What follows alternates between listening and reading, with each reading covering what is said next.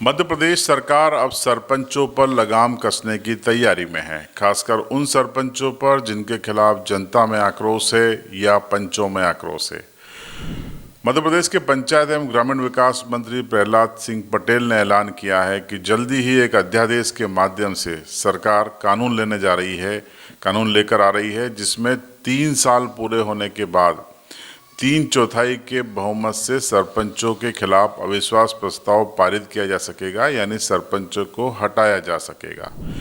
मध्य प्रदेश में इसकी मांग लंबे समय से हो रही थी कि जब स्थानीय निकाय यानी नगरीय निकायों के लिए ऐसी व्यवस्था है तो ग्रामीण निकायों के लिए क्यों नहीं है। लेकिन अब मध्य प्रदेश सरकार ऐसे करने जा रही है। इसके मायने क्या होंगे और ये कैसे एग्जीक्यूट होगा, इस वीडियो में अंत तक बने रहिएगा, मैं आपको बताऊंगा।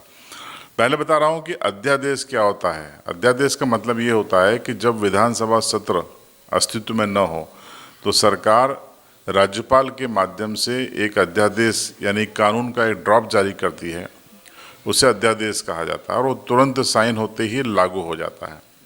बाद में उस अध्यादेश को कैबिनेट में पारित किया जाता है, उस प्रस्ताव को, और उसके बाद विधानसभा सत्र जब आहूत होता है तब उसमें रख के उसे पारित करा लिया जाता है। फिर से राज्यपाल के पास चला जाता है हस्ताक्षर के लिए, वो फिर विधिवत कानून बन जाता है। और सरल शब्दों में बताता हूँ कि जब विधानसभा अस्तित्व में न हो और सरकार को कोई कानून लाना हो तो वो अध्यादेश के माध्यम से ला सकती है, बाद में उसे प्रक्रिया पूरी करके कानून का रूप दे सकती है। अध्यादेश जारी करने की 6 महीने के भीतर उनको विधानसभा में पारित करवाना होता है। तो अब आप अध्यादेश का मतलब समझ गए होंगे। तो अध्यादेश इस बार लाया जा रहा है सरपंचों को 3 साल पूरे होने के बाद 3/4 बहुमत से, यानी कि उनकी पंचायत में जितने भी पंच हैं उसमें 3/4 यानी 4 में से 3 उसके खिलाफ हों। इस आंकड़े के साथ वो प्रस्ताव कलेक्टर को दिया जाएगा, यानी पंच अगर अपने सरपंचों को 3 साल बाद हटाना चाहें तो वो हस्ताक्षर करके कलेक्टर को देंगे। कलेक्टर एसडीएम के नेतृत्व में अविश्वास प्रस्ताव की एक मीटिंग कॉल करेंगे और अगर उस मीटिंग में अविश्वास प्रस्ताव पारित हो गया है ना, मान लीजिए 20 पंच है और 15 ने आप सरपंच के खिलाफ वोट दे दिया, तो फिर सरपंच साहब उसी दिन हट जाएंगे। ये है अविश्वास प्रस्ताव का नया कानून। तो मध्य प्रदेश सरकार इसको लाने जा रही है। जो सरपंच अच्छा काम कर रहे हैं उनको खतरा नहीं है। बहुत सारा लोकल की पॉलिटिक्स भी होती है, तो भैया सरपंचों को यही सुझाव है कि अपने पंचों को संभाल के रख लेना, क्योंकि 2022 जून जुलाई में चुनाव हुए थे और 2.25 साल के करीबन हो गए हैं।